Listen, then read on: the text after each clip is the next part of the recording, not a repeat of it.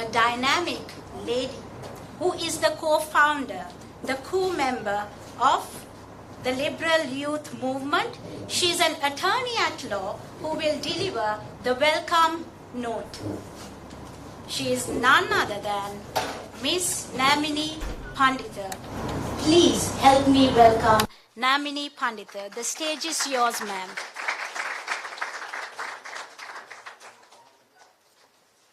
Yes.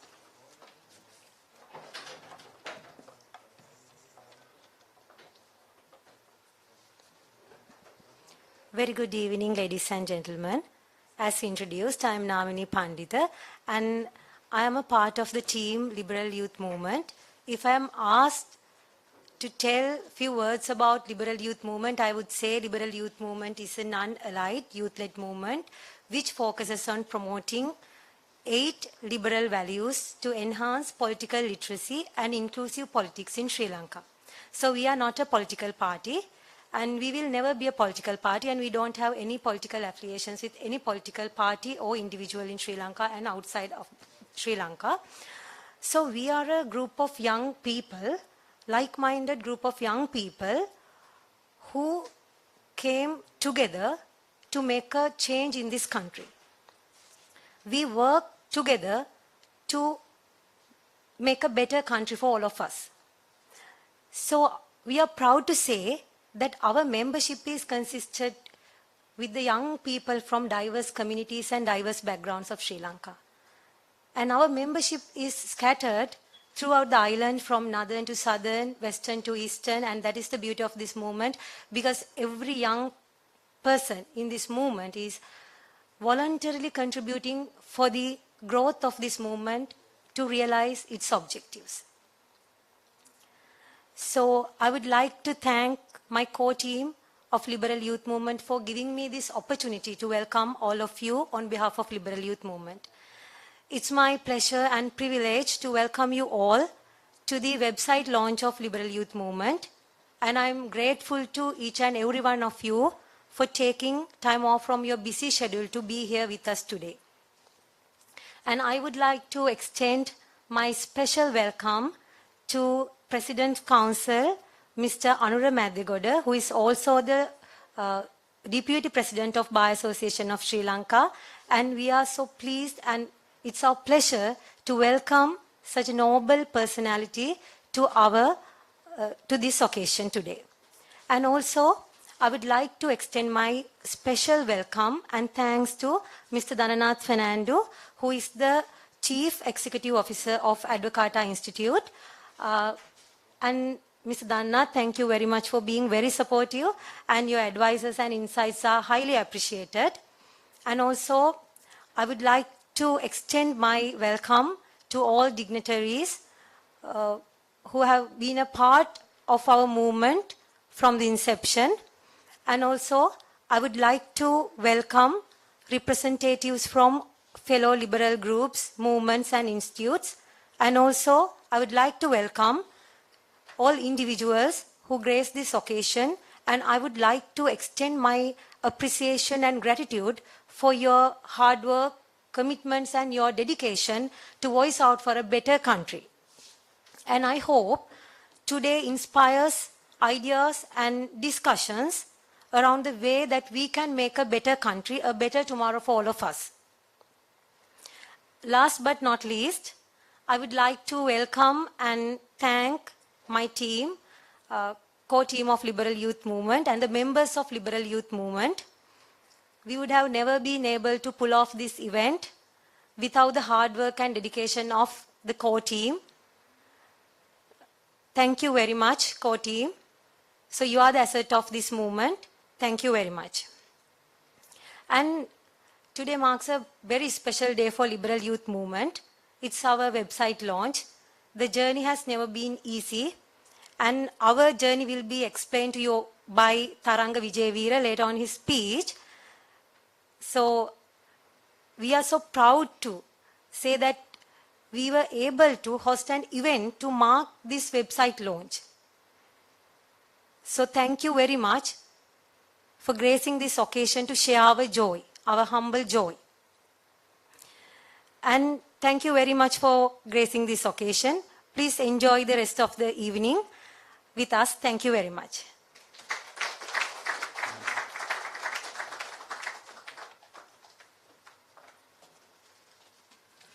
Let us give her another round of applause. Thank you very much, ma'am. Now, some of you may wonder, what is this liberal youth movement all about? Now, we need some answers to take us through an insight of what this movement is all about. We have another dynamic personality of this core team, who is Mr. Tharanga Vijayveera, who will give us an insight of what this movement is all about. Please help me welcome, before that, he is a proud student, an undergraduate in science faculty in University of Colombo. Please help me welcome Mr. Tharanga.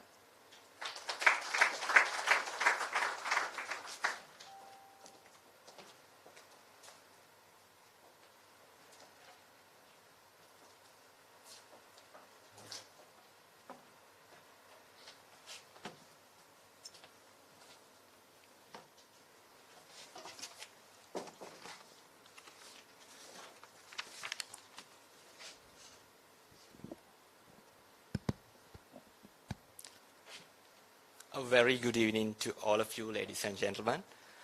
Let me tell you who we are and take you a brief walk through our lane so far without taking much time. The Liberal Youth Movement is a non-aligned, youth-led movement which focuses on promoting liberal political values to enhance political literacy and inclusive politics in Sri Lanka. Our vision is a free, happy, prosperous and peaceful country where the individual rights and the rule of law are safeguarded by the collective effort of informed citizens. Our mission is to enhance human flourishing and prosperity by strengthening a network led by youth to promote liberal values and increase political literacy across every level. The 8 liberal values we promote are liberty, individualism, peace, rule of law, tolerance, skepticism about power, responsibility, and the spontaneous order. However, we, the Liberal Youth Movement, is still a 7-month-old baby. Nevertheless, we were able to have quite a portfolio. We were able to conduct workshops, and our first public lecture was Where Did All the Money Go?, in which we discussed how Sri Lanka ended up in this economic crisis. We also conducted virtual sessions on not only politically important topics such as constitutionalism, history of liberal ideology, but also on topics such as liberalism for workplace, liberalism for love and relationships, liberalism and mindfulness, etc., promoting liberal values as a lifestyle. We also conducted awareness sessions on contemporary social and political issues such as sexual crimes and consent, women's right on deciding about wearing saris for workplaces, 21st Amendment to the Constitution, and the recent tax reforms. It was very interesting to see the public enthusiasm in engaging these events. We took steps to widen our knowledge on international political experiences on liberalism. We had the chance to engage with rising political figures of other countries such as United Kingdom, India, Georgia, Armenia, and Africa. We discussed personal experiences, creating a better networking opportunity in a background of common interests.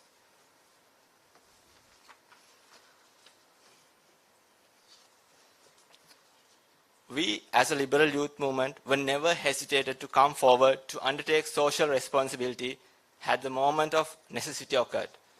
As an example, Liberal Youth Movement came forward and filed a fundamental right case challenging the emergency regulations imposed back then when the social uprising was at peak. We were actively working on taking our voice, our message to the public. We had the opportunity to participate in interviews and programs in many mass media platforms. We also organized a citizens' converse where the members of Liberal Youth Movement conversed and argued about the political ideologies and the political situation of the country.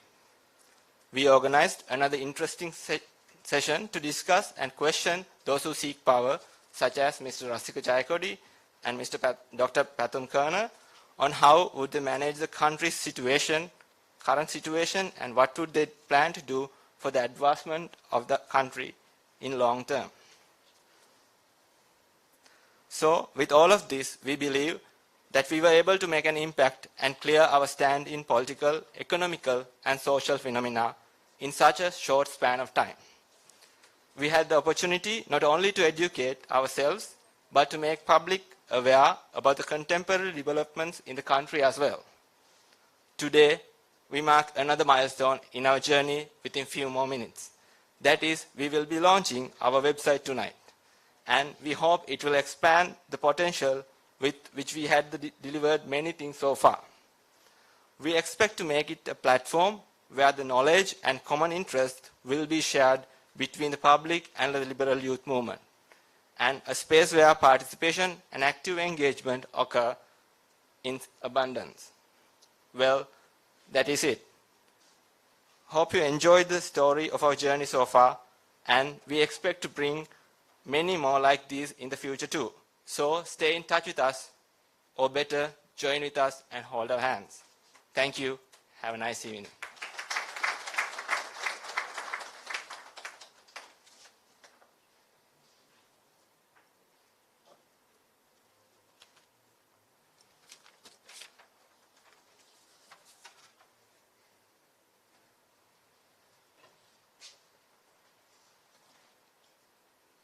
Where did all the money go? Together we can answer that question. Let's liberate to answer the question. Now the moment that we all have been waiting for, the official launching of the website. We have a young and energetic gentleman who will do the honors, who is our dear chief guest. He is President's Council, Deputy President of Bar Association Sri Lanka, Mr. Anura Medagoda. Sir, the stage is yours to do the honors. Please put your hands together.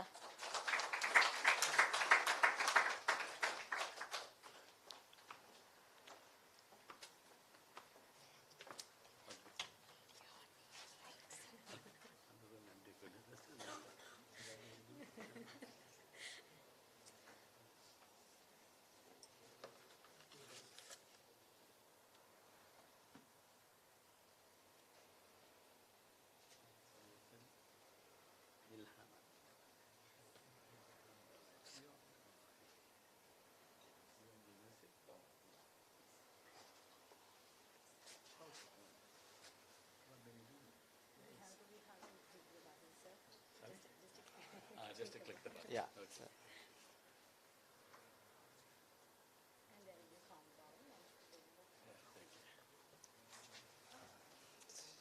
So, just double click this. Press that, is it? Yes, sir. Just Are we going to? Yeah, double click this, is it? Okay.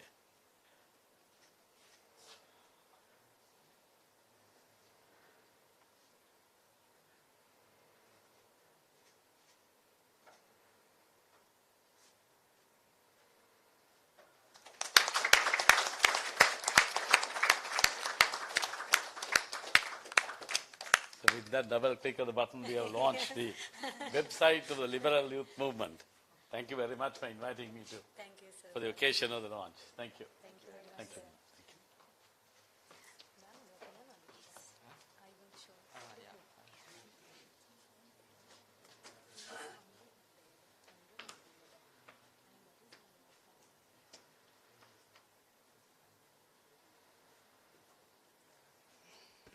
as you can see, you can go to liberalyouthmovement.lk and see all the activities we have done so far and our future plans also. You can search in this website. So I invite all of you to actively participate in this website. There's a forum session also. So I invite all of you to actively participate in this Liberal Youth Movement website.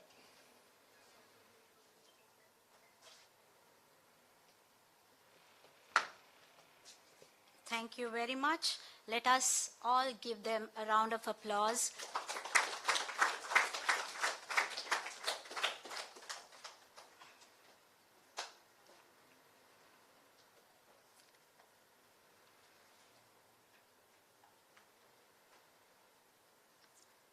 I would now like to invite our dear chief guest to deliver his keynote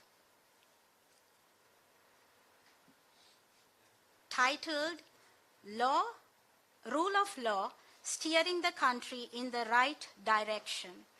Before he takes stage, Mr. Anura Meddagoda, Sir Dam Venawa Dom Venawa, please excuse me if I am pronouncing your name incorrectly, is a President's Counsel with 40 years of legal experience, served in the Attorney General's Department as a State Counsel, as Senior State Counsel for nearly 20 years. He also served as a legal advisor for the Hague International Criminal Tribunal's Office of the Prosecutor for 10 years. He is currently serving as the Deputy President of the Bar Association of Sri Lanka. The public interest litigations he supports demonstrate his ongoing dedication and commitment to promote social and environmental justice. Sir, the podium is yours. Please do welcome him with a thundering applause.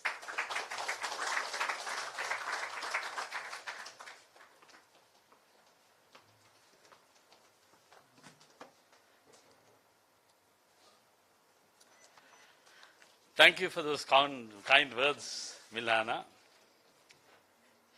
It is my great pleasure this evening to be present amongst a lot of youth and also to say a few words about the rule of law and the direction this country is taking right now. And also I'm really happy that I was invited to the launch of the website of the Liberal Youth Movement. And I think I should thank the core team of the Liberal Youth Movement led by Namini and Taranga Vijayveera for all the hard work you have done, which was seen by all of us just a while ago. I mean, you have created this movement to inculcate liberal political values in our country. And those liberal political values are a much needed mechanism in this country because we are tired with old school politicians who have not only who have administered us, but also ruined this country over the past 75 years. So with those words, I must also thank Milhana.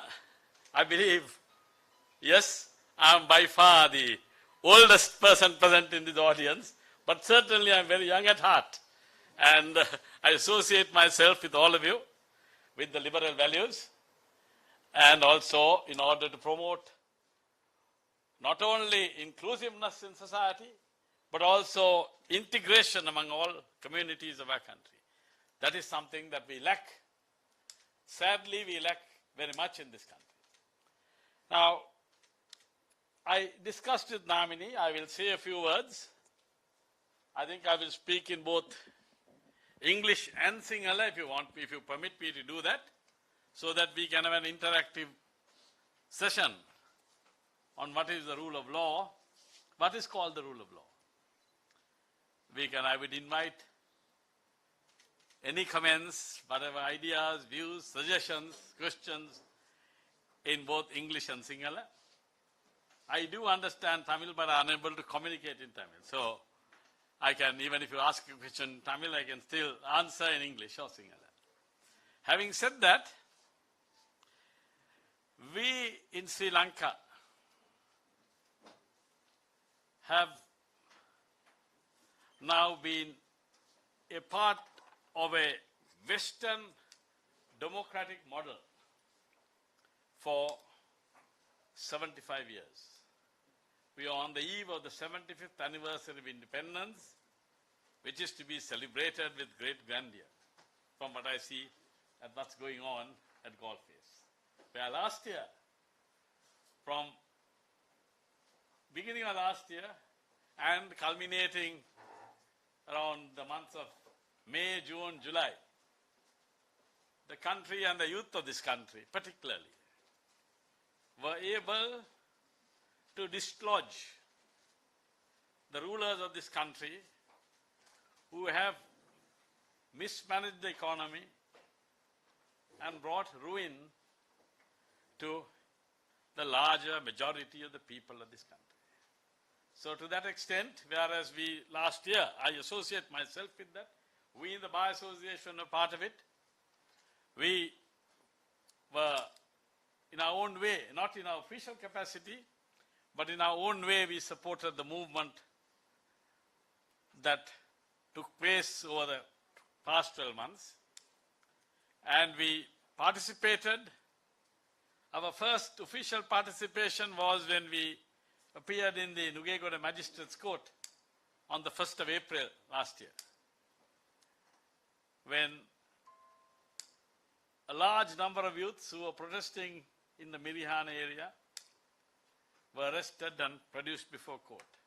And that day, an unprecedented number of lawyers, nearly 600 lawyers gathered in the Magistrates Court to appear for the protesters who are protesting for their right to live, for a livelihood, for their food, for their education, for their children, for their health, and for all other basic necessities of life. And it was, I believe, in my life, the largest gathering of lawyers in a given case. And all lawyers appeared on that occasion without any fee being paid. Those were pro bono services that the lawyers provided for the people of this country. And since then, the lawyers have been engaged in providing legal services in respect of all these matters. Not only in Colombo, but even outside. I remember the case in Mavanella, where there was a large number of lawyers who appeared. There are lawyers appearing even now in cases that are going on in the 4th Magistrates Court, in Gampaha, in Kandy, in Matara, in all parts of this country. So, and that is because we have had in this country a complete breakdown of the rule of law. A complete breakdown of the rule of law over the 75 years. Now, what does rule of law mean? What does it mean? Rule of law, in essence, means the supremacy of the law, that the law is supreme. And that is an essential ingredient or essential attribute or essential column of the foundations of democracy.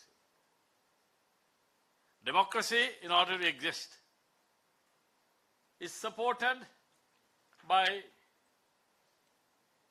certain very important characteristics.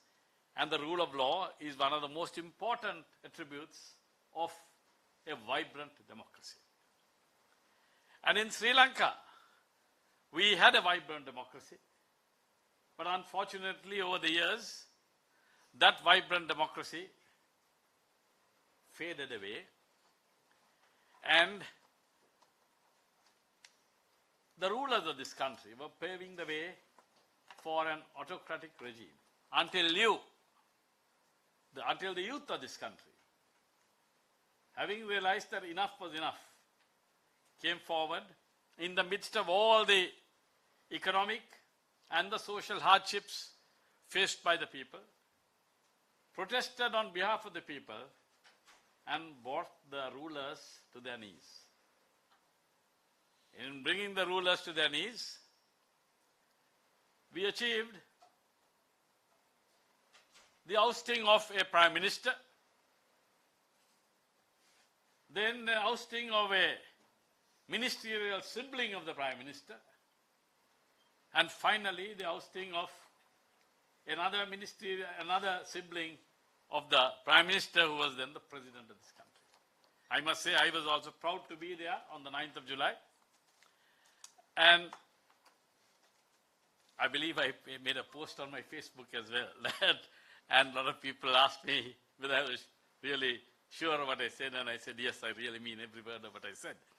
So the rule of law, in a sense, means that in every interaction in society, we abide by a body of laws. Our social interaction is regulated by rules. We are required to obey those rules, whatever it may be.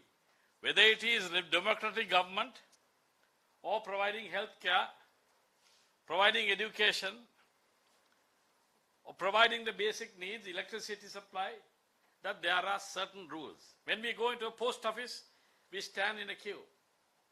There is a rule there. It's an unwritten rule. And if somebody breaks the queue in order to get to the counter, all of us protest. We do that even with the doctors. When we go to see a doctor, there's a set of rules. These are unwritten rules. Those are codes that the society has, that the people of this country and all of us have endorsed. And it is on that the orderly administration of the country is managed. Now, with regard to when we speak of I'll speak in Sinhala in a while. Let me just say a few words in English. And as I discussed with Namini, I thought rather than my going on for speaking, that I would like to have an interaction, as I said. Invite comments, invite views, and invite questions so that we have an interaction with the audience. So the rule of law, when we talk of the rule of law, we find that what is known in the Western notion was first introduced, the rights of the people, based on rules, was first introduced in 1215 in the Magna Carta. Magna Carta of 1215, which is now 900 years ago, was written in stone on the banks of the Runnymede in London, just a little off South London. And that is where the first Bill of Rights of the People was first proclaimed. And it thereafter gathered momentum, and thereafter we found, today we have the Universal Declaration of Human Rights, rather international covenants of civil, political and social rights, and various other international instruments where rights of people have been codified. In Sri Lanka, after 458 years of foreign domination, in 1948, we achieved our independence, political independence, and the Salisbury Constitution of 1948 was introduced by the British. In that Salisbury Constitution, there was one provision, Article 29, Section 29(2), which was considered an entrenched provision, which could not be amended or changed under any circumstances. The rulers of the country were not happy with that. And then we moved on from there with the Salisbury Constitution until 1972, when Sri Lanka became a republic, and we enacted our first Republican Constitution, which was short-lived. And then in 1978, we went in for a second Republican Constitution, which has now had 22 amendments. So in all this forms of democratic governance where we are regulated by legal provision. We have in this country what is called the sovereignty of the people. We, you and I, we are sovereign. The sovereignty of the people is exercised by us, by all of us, through the members of parliament whom we elect, by the president whom we elect, the executive, the legislature, the executive, by the judiciary, by the judges who are appointed by the executive through a legislative process. Then there is also the franchise which we exercise, which we have, I would say, not exercised wisely over the past 75 years. We have been fooled by politicians. And I know that we will not be fooled anymore. Then there is the fifth arm of sovereignty of people, is the fundamental rights and freedoms. So it is on the basis of those 5 norms, those 5 foundations, that our sovereignty, the sovereignty of all of us, of you and I, has been recognized and protected by the most fundamental law of the land, the Constitution.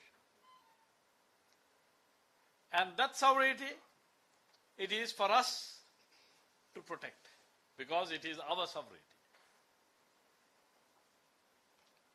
And it is in that respect, ladies and gentlemen, that we have amongst those rights, the right to freedom of speech, the right to free speech, free expression of our views, the right to freedom of association, where we can associate together, join together like the liberal youth movement which we have formed today. Freedom from arbitrary arrest. Some of us have undergone arrest, and so that there is no way that anybody can be arrested. All those rights and freedom, the freedom of association, freedom of peaceful assembly, freedom of choosing our residence, freedom of movement, freedom to profess any religion that we like. So all those are rights which constitute the fundamental rights and freedoms of all of us, which is an integral part of the sovereignty of the people. And it is on those set of rules that we follow that we as individuals in society have the right to peaceful assembly, have the right to freedom of speech, freedom of expression.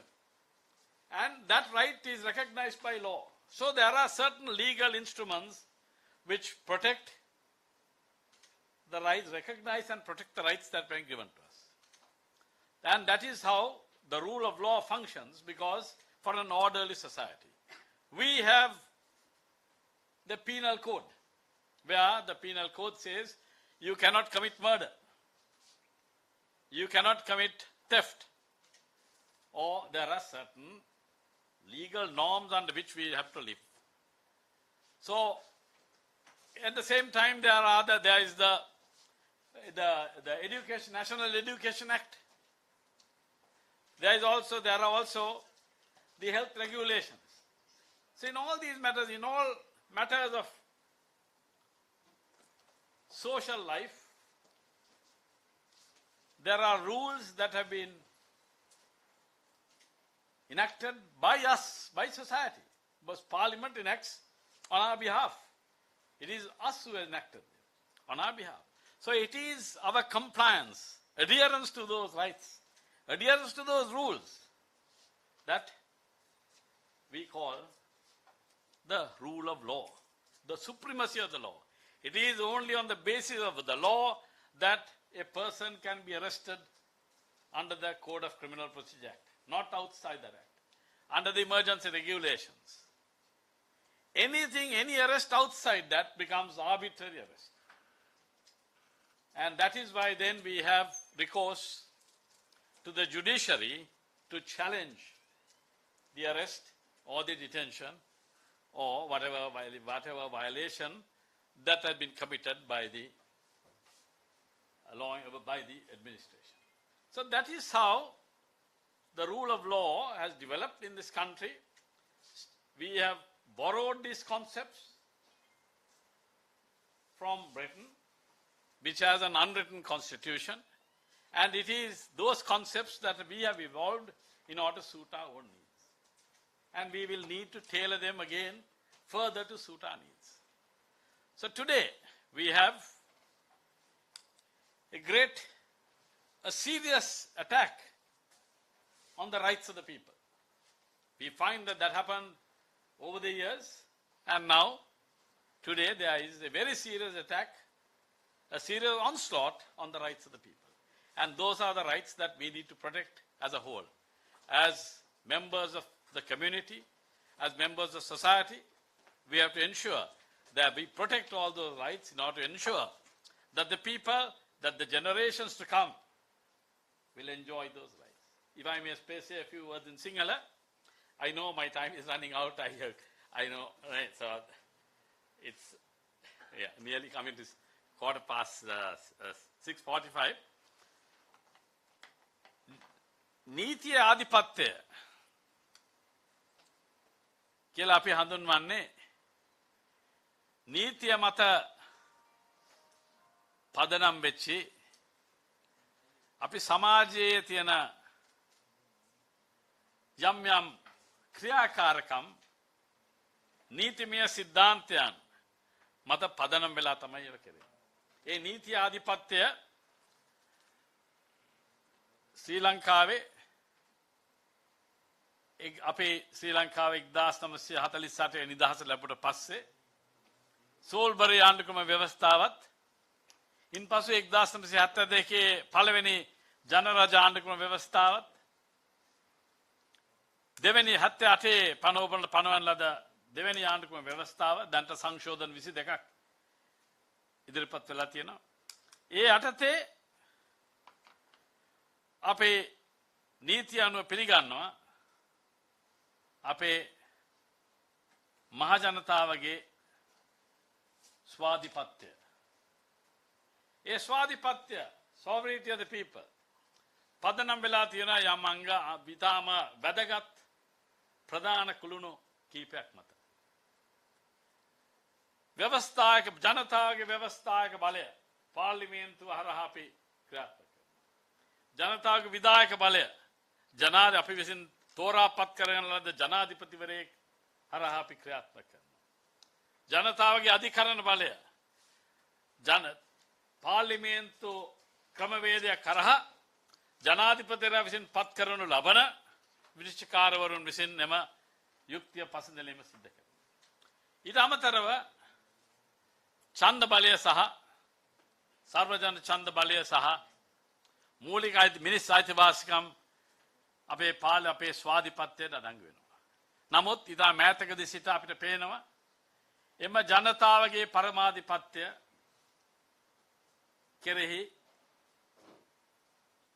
රට තුළ පාලකයන් තුළ එම පරමාධිපත්‍ය කෙලසීමට ලක් වෙලා තියෙනවා. මේ අවුරුදු 75ක් තිස්සේ දේශපාලන නිදහස ලැබලා අපි 75 වන නිදහස් දිනය සමරීමට සූදානම් වෙන මෙම අවස්ථාවේදී ඒ ජනතා පරමාධිපත්‍ය ඊ타මත්ම පහත් ලෙස කෙලසීමට ලක් වෙලා තියෙනවා. ඊට විරුද්ධව තමයි ඒ හරහා තමයි මේ රටේ තිබිච්ච ආර්ථික අර්බුදය සහ සමාජ අර්බුදය ඒ සියල්ල ඇති වුණේ. ඊට විරුද්ධව තමයි රටේ ජනතාව පහුගිය අවුරුද්දේ නැගී සිටලා අපිට පුළුවන් වුණා රටේ අගමැතිවරයාත් ජනාධිපතිවරයාත් ප්‍රධාන අමාත්‍යවරයෙකුත් ඔවුන්ගේ දුරවලින් නරපන්න පුළුවන්කම ලැබුණා.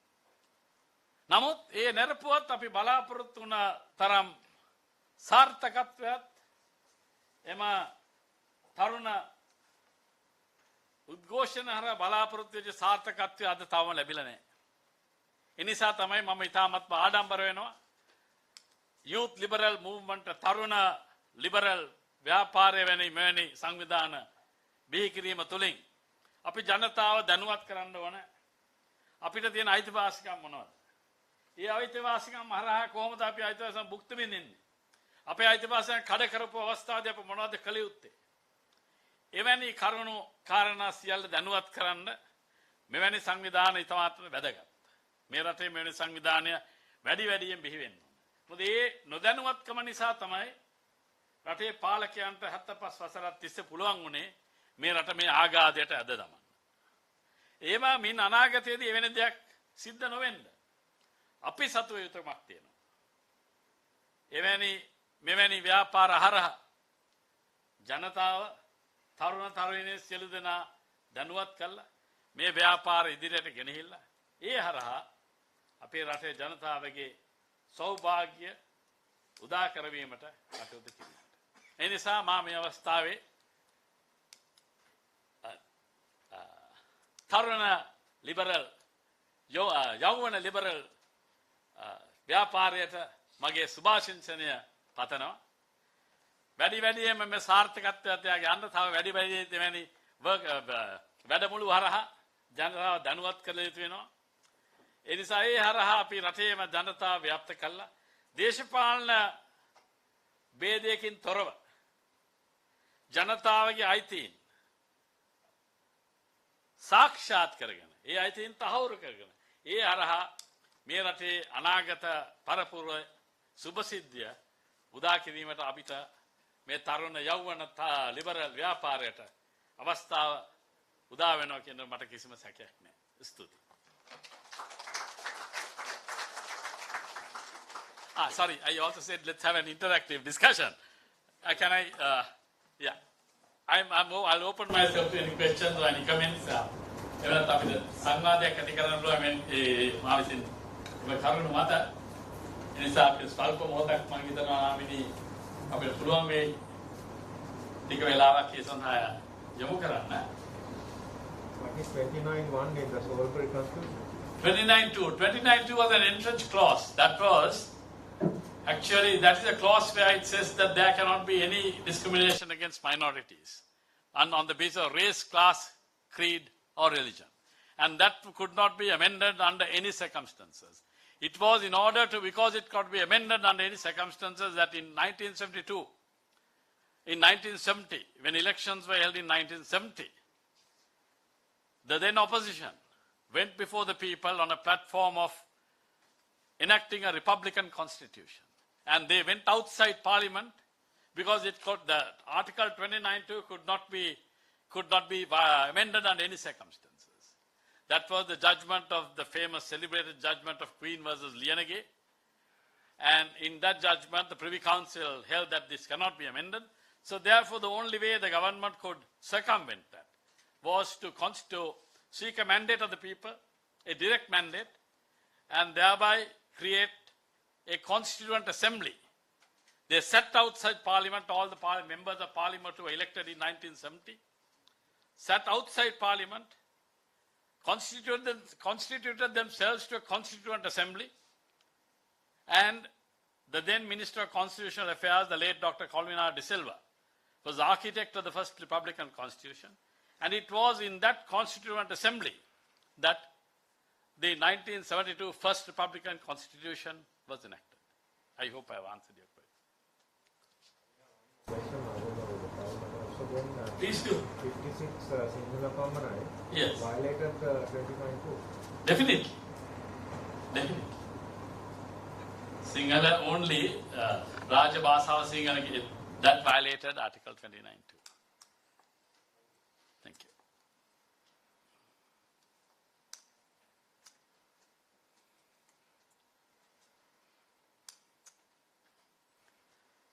So in the absence of any further questions, I think let me once again wish the Liberal Youth Movement all success and thank Namini and Taranga for inviting me to grace this occasion. Thank you.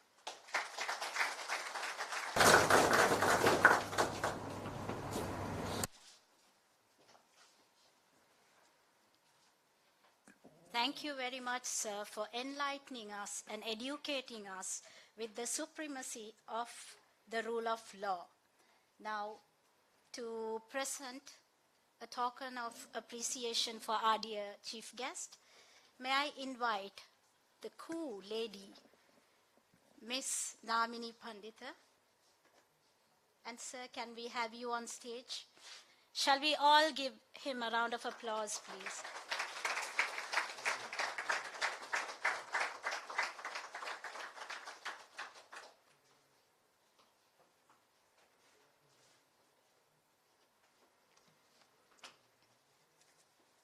Are you enjoying the session so far? Are you enjoying the session? Yes. Ladies and gentlemen, you're supposed to use your voice. Give me a yes. Yes. Okay. To give you a better yes, we have a personality who will give you an entertaining program. He is coming to you with a lovely song.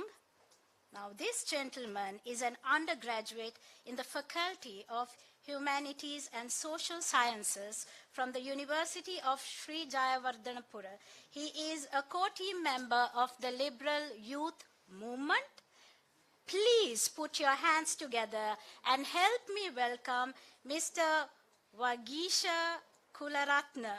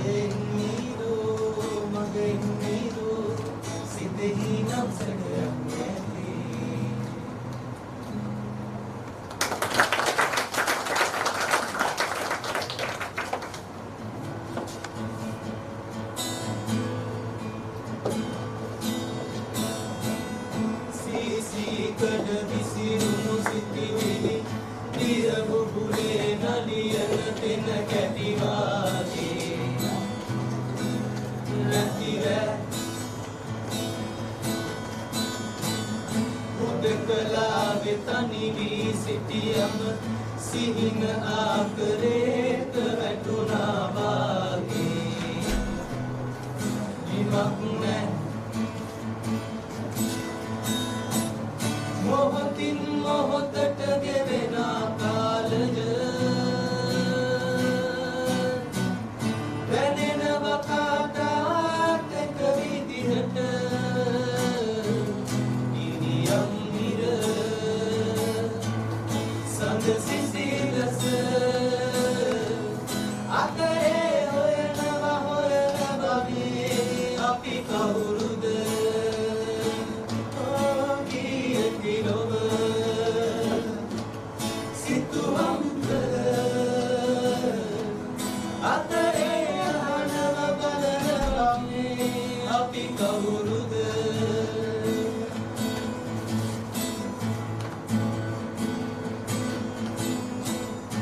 ඉර බැස යන ගොම්මන් යාමේ කරු එක දෙක දිලිසෙන කරු ආකාශී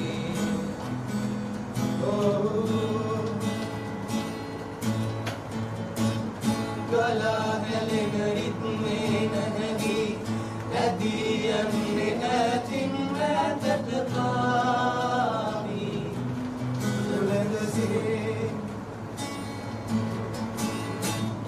මොහොතින් මොහොතට ගෙවෙන කාලය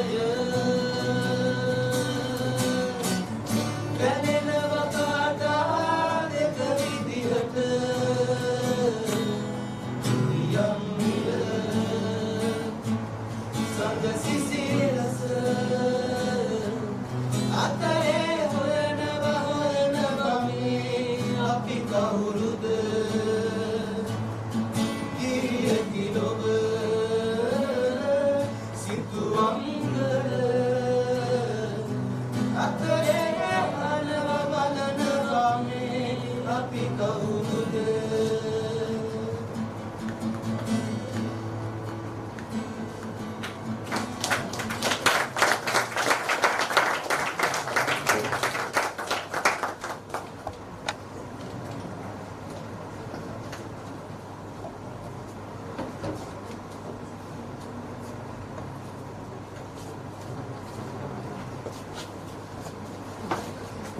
Wow, wow, wow. Wasn't that amazing?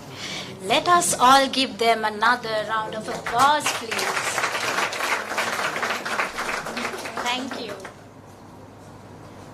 Now we have another eminent speaker. Well, just to get his name right, I just introduced myself and I asked him, how can I call you, sir? He said, just call me Dana. I was like, I can't just say Dana, come here. No. So let me introduce this young and handsome gentleman who is our second keynote for the night, Mr. Dhananath Fernando, Chief Executive Officer of Advocate Institute. Mr. Dana is currently the Chief Executive Officer of Advocata, an economic policy think tank in Sri Lanka, which has won the Asia Liberty Award from Atlas Network for 2022. Dhananath worked as an Associate Research Director at Breakthrough Business Intelligence, a leading market research agency in Sri Lanka. He is an alumnus of the International Visitor Leadership Program by the State Department of the United States of America, as well as an alumnus of the Atlas Think Tank Leadership Academy in Washington, D.C. Our young, energetic, and very handsome gentleman today, Mr. Dhananath Fernando, title, Can a Think Tank Change a Country? Can a think tank change a country? Let us hear to him. Sir, the stage is yours.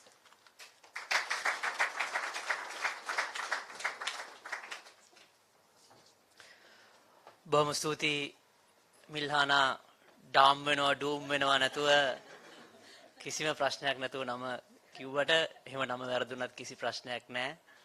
ඩාම් වෙනවා ඩූම් වෙනවා. මං හිතුවා සිංහලෙන් මේක නිසා කතා කරන්නම් කියලා. ඩාම් වෙනවා ඩූම් වෙනවා සමහරලාට ඉංග්‍රීසියෙන් කතා කරාම. 1948 ලංකාවට නිදහස හම්බුණාට ඉන්දියාවට නිදහස හම්බුනේ ඊට අවුරුද්දකට කලින් 1947. ඉන්දියානු නිදහස් සටනේ පුරෝගාමීව කටයුතු කරපු කෙනෙක් තමයි ජවහර්ලාල් නේරු මැතිතුමා. ඉතින් ඉන්දියාවට නිදහස හම්බුණාට පස්සේ ජවහර්ලාල් නේරු මැතිතුමාව කරේ තියාගෙන මිනිස්සු යනවලු ගමින් ගමට. ඉතින් අපි හැමෝම දන්නවා ක්‍රිකට් තරඟවලදී වගේ ඉන්දියානු ප්‍රේක්ෂකයෝ බොහොම ආවේගශීලී. හොඳට සහ නරකට දෙකටම. ඉතින් මේ යන අතරේදී ජවහර්ලාල් නේරු මැතිතුමා ගමින් ගමට යද්දී ඉතින් 1947 කියන්නේ අපිට දල වශයෙන් හිතුවොත් එහෙම අපි බොහෝ දෙනෙක් ඒ කාලේ ඉපදිලා නැති නිසා තරමක් ග්‍රාමීය ඉන්දියාවක් වෙන්නේ නැති තියෙන්නේ නැති දැනටමත් ග්‍රාමීය පැති තියෙන නිසා ඒක වයසක 100 කෙනෙක් සෙනග අතරින් පීරගෙන ඇවිල්ලා නේරුතුමාට වැරෙන් කනේ පහරක් ගැහුවා. ඉතින් සාමාන්‍යයෙන් ඒ වගේ ඉන්දියාවේ වුණත් ලංකාවේ වගේ තියෙන නැතිනේ මැති ඇමතිවරු යද්දී සාමාන්‍ය භාෂාවෙන් කියනවා නම් ඉතින් කවුද අඩෝ අපේ නේරුතුමාට කනට ගැහුවේ වගේ කියලා එකක් එන්නේ නැති. නමුත් වැරෙන් කනට ගහලා ඊටාම සංවේදී කතාවක් මේ සීයා කිව්වා. මගේ වයස අවුරුදු 80යි. මට ළමයි 3 දෙනෙක් හිටියා. ඒ 3 දෙනාම ඔබතුමා කියන මේ නිදහස් සටනද මොකක්ද එකකට ගිහිල්ලා ජීවිතේ නැති කරගත්තා. මගේ බිරිඳ හිටියා, එයත් නැති වුණා. අද මාව බලා ගන්න කවුරුත් නැහැ. මේකද ඔබතුමා ඉන්දියාවට ගෙනාපු නිදහස. බොහොම සංවේදී කතාවක්. නේරුතුමා ටික වෙලාවක් කල්පනා කරලා උත්තරයක් දුන්නා. එතුමා කිව්වා ඔබතුමා වගේ වයස අවුරුදු 80ක් වයසක 100 කෙනෙක්ට ඉන්දියාවේ අගමැතිට ඇවිල්ලා කනට ගහන්න පුළුවන්.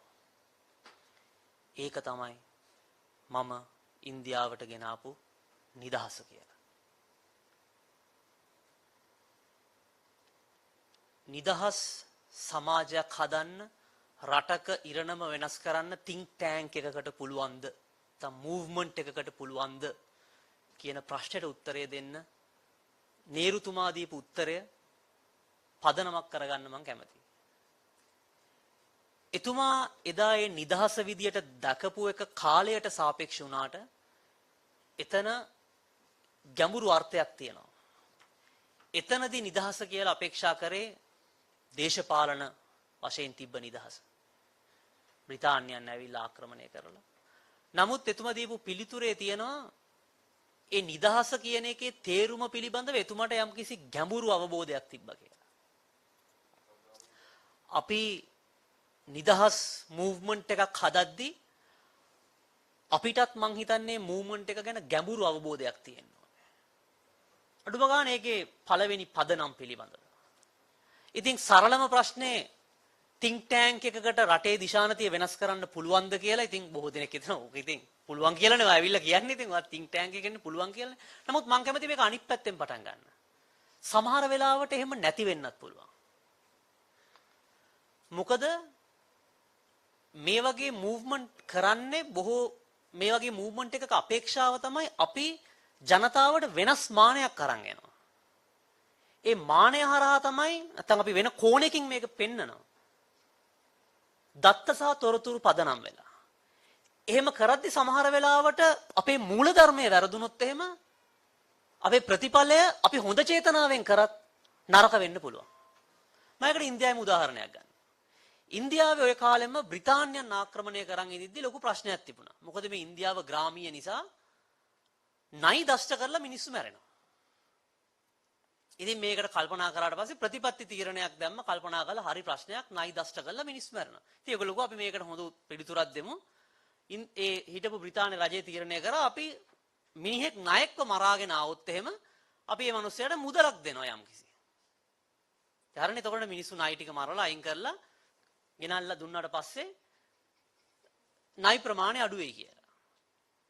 ඉතින් මුලින් ටිකක් ගියාට පස්සේ ටික දවසක් ගියාම බ්‍රිතාන්‍ය රජය බලන් හිටියාම ණය එනවා අපි කියන්නේ අර සාමාන්‍ය අපේ භාෂාවේ ණය අරිනවා කියලා කියනනේ. එහෙම ණය අරිනවා නෙවෙයි ණය මර එනවා හෙන තොගයක් දැන්. ඉතින් ටික දවසක් ගිහිල්ලා බැලුවා මොකද්ද මේ වෙන්නේ කියලා. බැලුවාට පස්සේ දැන් මර මුදලක් දෙනවනේ ඉන්දියාවේ ඒ කාලේ ඉතින් නිදහසට කලින් දුප්පත් මිනිස්සු බැලුවා මේ මුදලක් දෙනවා කියන්නේ මේක මාර බිස්නස් එකක්. මේක නියම chance එකක් තමයි. මිනිස්සු කරේ ගෙවල් ඇතුලේ ණය ඇති කරන්න පටන් ගත්ත ෆාම් වල දාගෙන දවසට ණය 3-4 දෙනෙක් මරලා ගිහිල්ලා සල්ලි ටික අරන් එනවා. දැන් මේක ආදායමක් බඩපත් වුණා. තත්ත්වය එතනින් එහාටත් ගියා. දැන් ටික කාලයක් ගියාම රජේ තේරුම් ගත්තා අම්මා මේක දැන් අපි දාපු ප්‍රතිපත්තිය බෑක්ෆයර් වෙලා තියෙන්නේ. දැන් මොකද කරේ? ටික දවසක් ගිහිල්ලා කිව්වා අපි දැන් හෙට ඉඳන් අර ණය මරන් ආවට සල්ලි දෙන්නේ නැහැ කියලා. දැන් ඉතින් අර ගෙවල් වල හදන් හිටපු ණය ටික ඔක්කොම ටික මිනිස්සුන්ට සල්ලි දෙන්නේ නැහැනේ කැලේට අතෑරියා. දැන් අන්තිමට උනේ ඉන්දියාවේ හිටියටත් වඩා ණය ගහනේ වැඩි වුණා. ඇයි දැන් මිනිස්සු ඉස්සර හිටියේ සාමාන්‍ය කැලේ හිටපු ණය විතරයි. දැන් ඇවිල්ලා ගෙවල් වල හදපු ණය ටිකත් කැලේට අතෑරියා.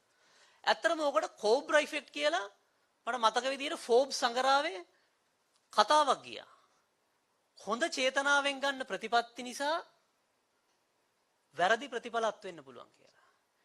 ඒ නිසා චින්තන පරිශදයක් හරි මූව්මන්ට් එකක් හරි චේතනාවෙන් සමහර වෙලාවට මානයක් පෙන්නුවට ඒකෙන් වැරදි ප්‍රතිඵල වෙන්න පුළුවන්.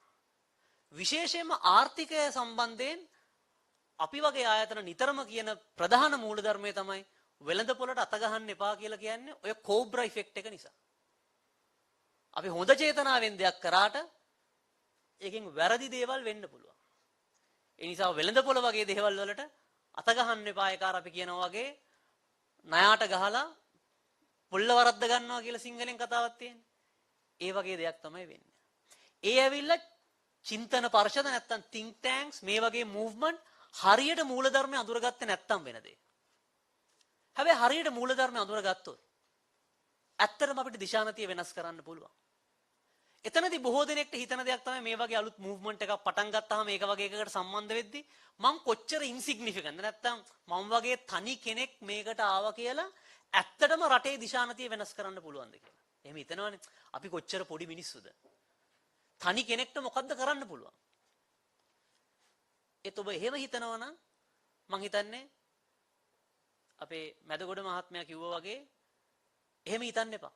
මොකද විවස්ථාවෙන්ම අර ෆන්ඩමෙන්ටල් රයිට්ස් කියලා දෙයක් හැමෝටම දීලා තියෙන්නේ. අපි හැමෝටම ජීවිතය ටෙස්ට් කරලා බලන්න අවස්ථාවක් තියෙනවා ලෝකෙ වෙනස් කරන්න පුළුවන්ද කියලා. ඒ වගේම අපි කරන හැම පොඩි දෙයක්ම අපි නොහිතන රිපල් ඉෆෙක්ට් එකක් තියෙනවා. ඒ ගැන මට වඩා මං හිතන්නේ රතු ඉන්දියානු නායක චීෆ් සියටල් කියලා තියෙනවා අපි හැමෝම එකම දැලක පුරු. මේ එක දැලකට එක නූල් පොටකට අපි බලපෑමක් කරොත් මේ මුළු දැලේම ශක්තියට එක බලපානවා. ඒ වගේම තමයි එක දැලේ එක නූල් පොටක් අපි හයිය කරොත් එහෙම ඒක මුළු දැලටම බලපානවා. ඒ නිසා think tank එකකට දිශානතිය වෙනස් කරන්න පුළුවන්. ඒ නිසා ඒකට තනිවම සම්බන්ධ වුණා කියලා අපේ youth movement එකේ බොහෝ දෙනෙක් ඉන්නවා. කොයි වෙලාවකවත් ඒක අව탁සේරු කරන්න එපා. ඒකට ලොකු හයියක් තියෙනවා. ඔබ කරන දිහා බොහෝ දෙනෙක් බලන් ඉන්නවා. ඔබ ඒ කරන පොඩි දේ තව බොහෝ දෙනෙක් ඒක බලන් ඉන්නවා. හැබැයි අපි මෙතන දැන් පුළුවන් කියනවා නම් think tank එකකට මේක කරන්න පුළුවන් නම් කොහොමද කියලා නේ ලොකුම ප්‍රශ්නේ ඉන්නේ. කොහොමද එහෙම කරන්නේ? සහ කොහොමද එහෙම වෙන්නේ කියලා තියෙන how එකේ දෙකක් තියෙනවා. How can you do it? How can it be? මෙතනදී අපිට කරන්න පුළුවන් වැදගත්ම දේ තමයි මම අර මුලින් කිව්වා වගේ අපි අරන් එනවා වෙනස් මානයක්. මේක වෙන ක්‍රමය පිළිබඳව දත්ත සහ තොරතුරු මත පදනම් වෙලා අරන් එනවා වෙනස් මානයක්. දැන් අපි වගේ ඉන්න think tanks ඇඩ්වොකාටා වගේ අපි දත්ත සහ තොරතුරු විශ්ලේෂණය කළා තමයි මේ වෙනස් මානය අරන් එන්නේ. නමුත් හැම සංවිධානයක්ම දත්ත සහ තොරතුරු අරන් එන්න අවශ්‍යත් නැහැ. සමහර ඒවා කිසියම් කියන්නේ තියරියක් මත යන ඒවා. උදාහරණයක් විදිහට ගුරුත්වය ගත්තොත් එහෙම අපි හැමෝම දන්නවා අපි කවුරුත් ගුරුත්වය දැකලා නැහැ. නමුත් අපි හැමෝම දන්නවා ගුරුත්වාකර්ෂණය තියෙනවා කියලා. අපි ඇහැට ශුද්‍ර ජීවීන් පේන්නේ අපි දන්නවා ශුද්‍ර ජීවීන් ඉන්නවා කියලා. තියරියක් මත අපිට ඒක කරන්න පුළුවන්.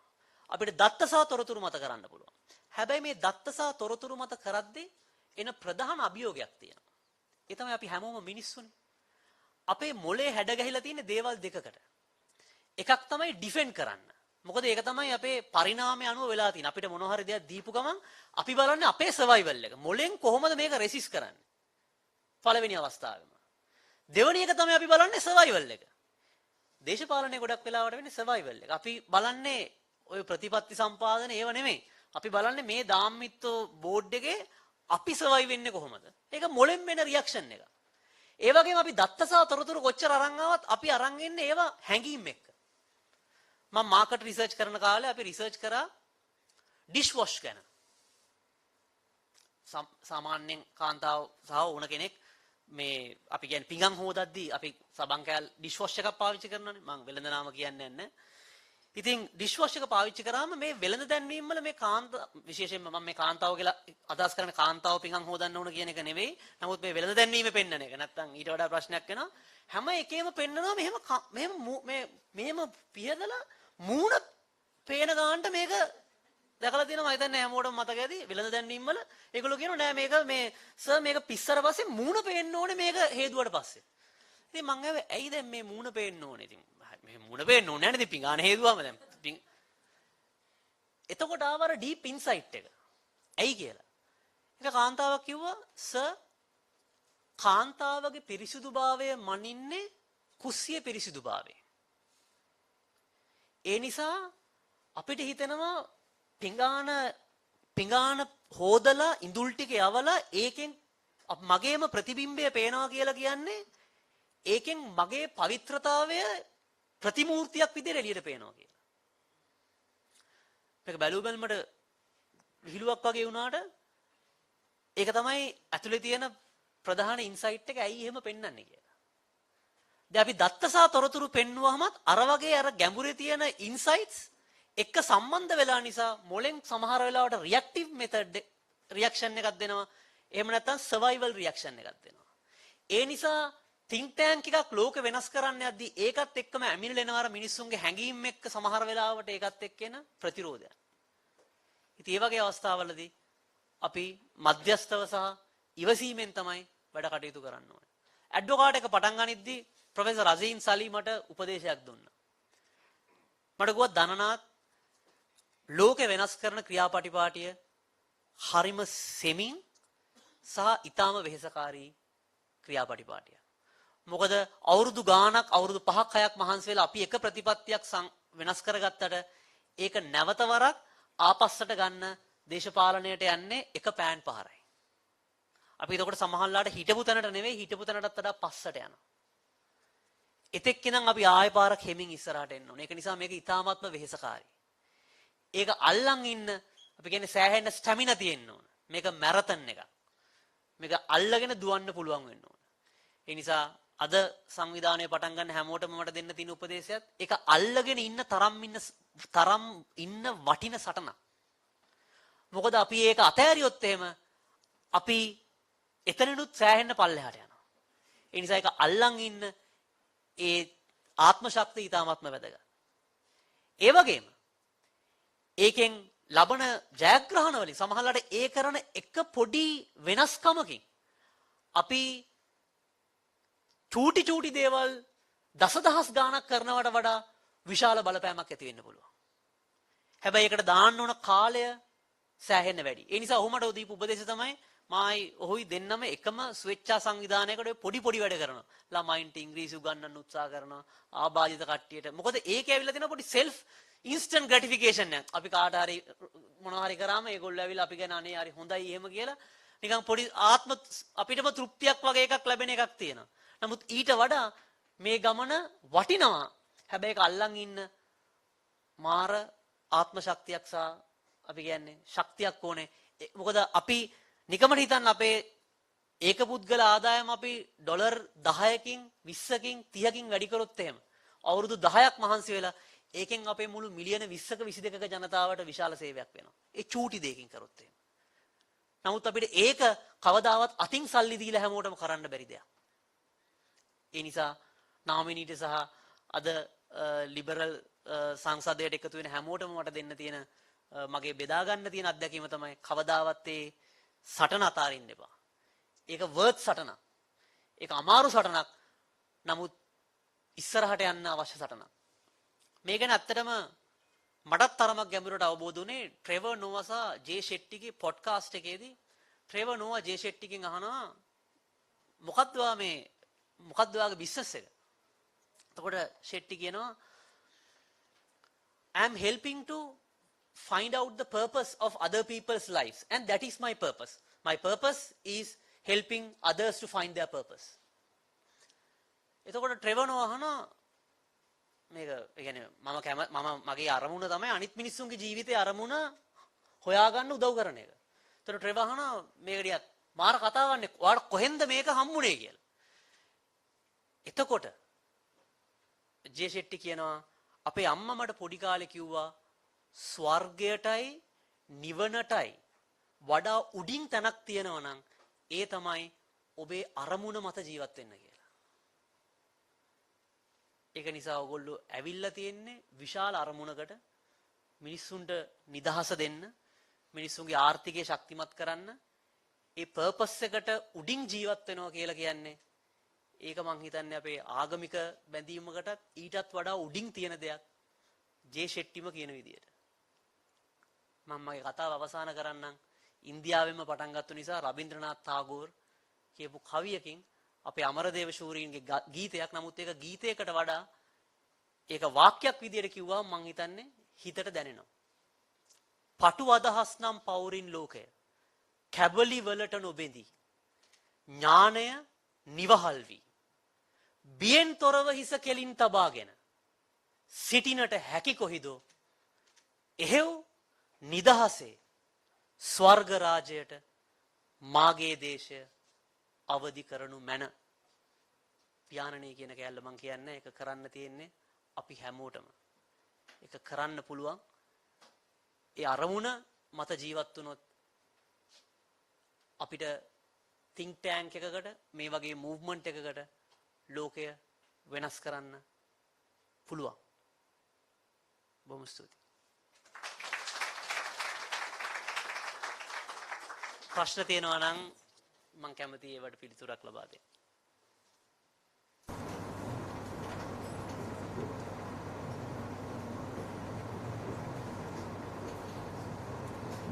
ආර්ථික ප්‍රශ්න අහන්න පුළුවන්. ඉන්දියා ලෙබරේට දුන්නට පස්සේ what is your judgment, what is your Sorry, I missed the first part. After the what we heard was that India has given a letter to IMF now. So now has the inflation changed or has things got better? And what is your kind of judgment or what is your take? What is going to happen in the first quarter? My understanding is whether we get the IMF money, when it's going to happen, purely depends on the progress of the debt restructuring. If we can come to some level of settlement with China, India and the private bondholders, money in the sense we can quickly move forward with IMF's money and the program. But what we need to understand here is IMF is just something sideline. Engaging with an IMF program won't solve our problems. If that's the case, we have gone there 16 times, things could have been much better. It hasn't happened. Simply, we haven't done the reforms. IMF is just a sideline. Now, for an example, in the IMF 7 things that they mentioned, even there's no single privatization there. They have said the cost-reflective formula for energy. This cost-reflective, now we know how it works. I mean, there's 25% salary increments, and that cost have been passed on to the consumer. I understand there are energy price movements in the global market. So my understanding is, rather than a prediction, China needs to agree. I don't think China will give us go for a haircut. They will not agree to go for a haircut because, of course, for obvious reasons. There are so many African countries that they have borrowed money. If they give a debt completely haircut for their debt, after 2 weeks, there will be a big line from China. In fact, Dr. Sarath Tamanuguma told me this in a conversation. He said he was the one who went to China with the current president when he was the prime minister, when they initiated the Belt and Road. In fact, they asked to cancel the Hambantota debt. He had turned to their vice president and asked, can we do it? He had said, sorry sir, no. From tomorrow onwards, all the African countries will line up. This was in 2016-17. So I don't think they will do that. So it all depends on what the debt restructuring to get the IMF, but IMF is just a sideline. I am also not, IMF recipe is just a recipe. We can't just go with IMF recipe. We have to do our reforms. IMF things are just, I would say, very basic, and also not the, Sri Lanka has to restructure it in our own way because there are so many flaws for the last 74 years. That's my overall view. I hope that money will come, but that is just an event which we have a long way to go with reforms.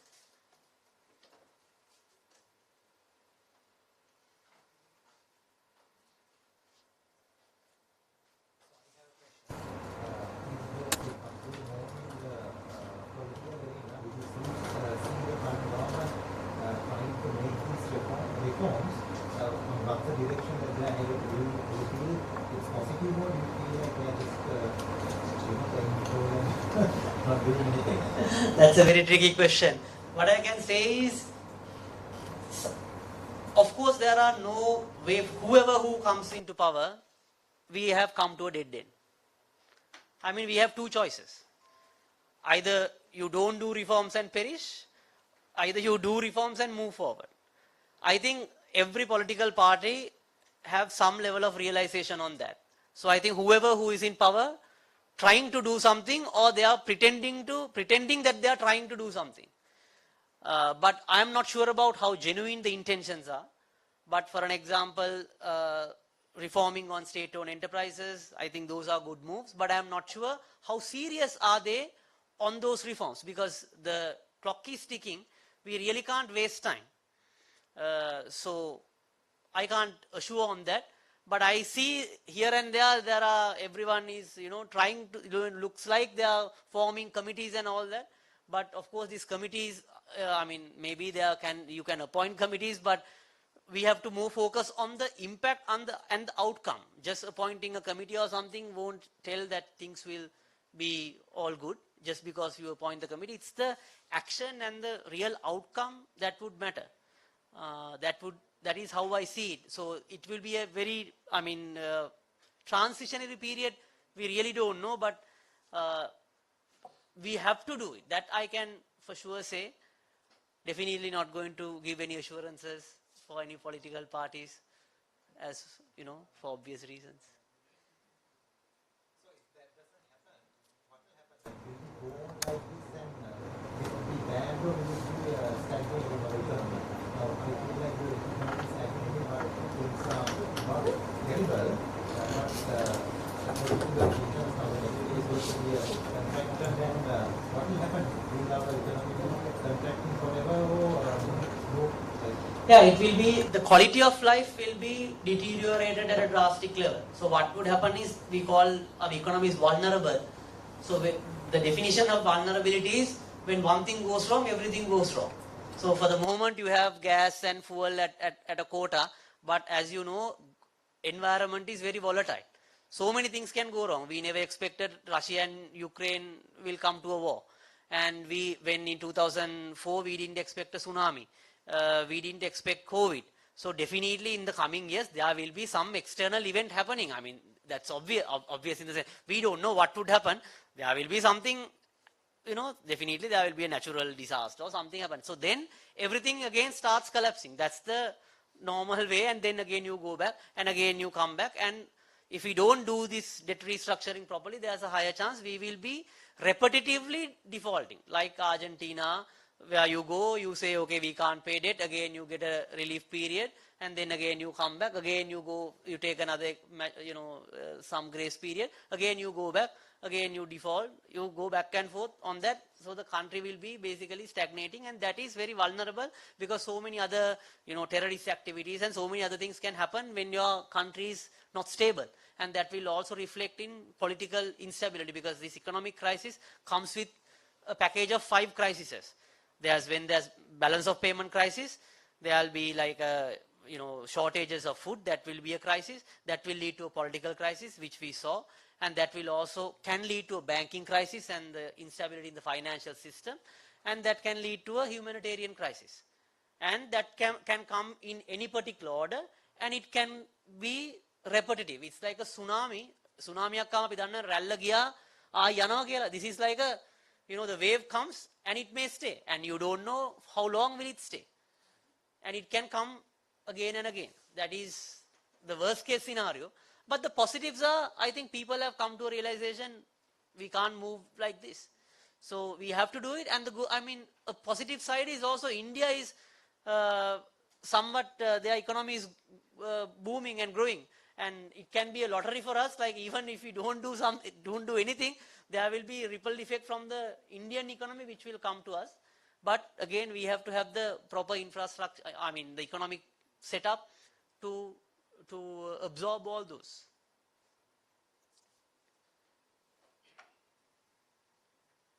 Thank you.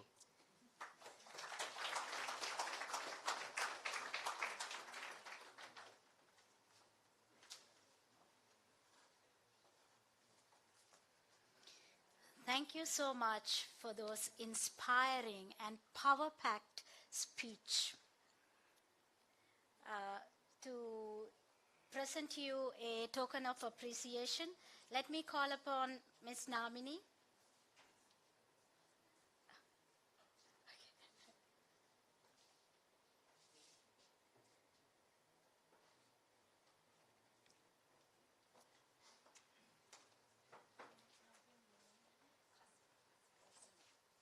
Yes, please welcome Kasuni to present the token of appreciation to our guest speaker, Mr. Dhananath Fernando.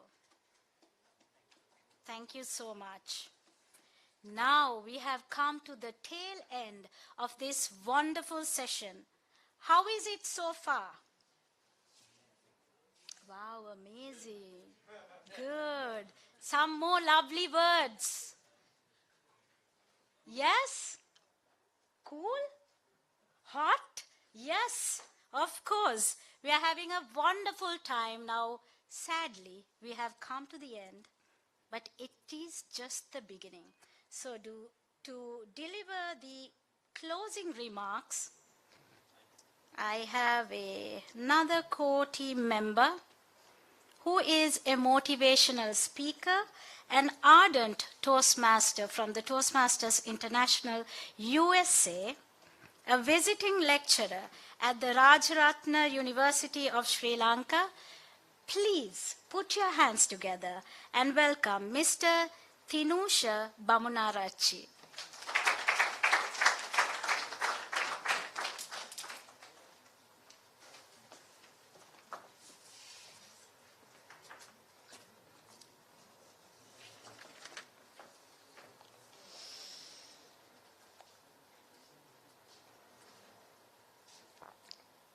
Few years ago, I heard a song, which is a nursery rhyme actually. And it says, there are 2 magical words in this world. First one, please. Second one, thank you. So ladies and gentlemen, I'm here to say thank you. When I was given this task, I was questioning myself. Do we really need to say thanks? Because when we do something as Liberal Youth Movement, we do it with the purpose of serving this country. So do we need to say thanks? when I asked this question from Namini and Kasuni, they said, no, Tinusha, there are some people who help us believing in miracles. So my heartfelt gratitude goes to Mr. Ajit Fernando for sponsoring the whole event, and without his kind support we won't be able to conduct this. Also Mr. Anura Maddagoda and Mr. Dannath Fernando for being our chief guest and the keynote speaker for today. Mr. Vipula Anandapir for sponsoring for photography, and the lady who served as the MC today, even with a very short notice, she said yes. Thank you, Milhana. And thank you, Asian Mirror, for the support, for the media support. Last but not least, all the core team members of Liberal Youth Movement. And finally, thank you all for gracing this event with your presence. Ladies and gentlemen, each and every one of you in this audience is special because you believe in change. Believe is the first process in changing. So thank you for believing us, and thank you for being with us, and see you all at another event organized by Liberal Youth Movement. Back to you, Milhana.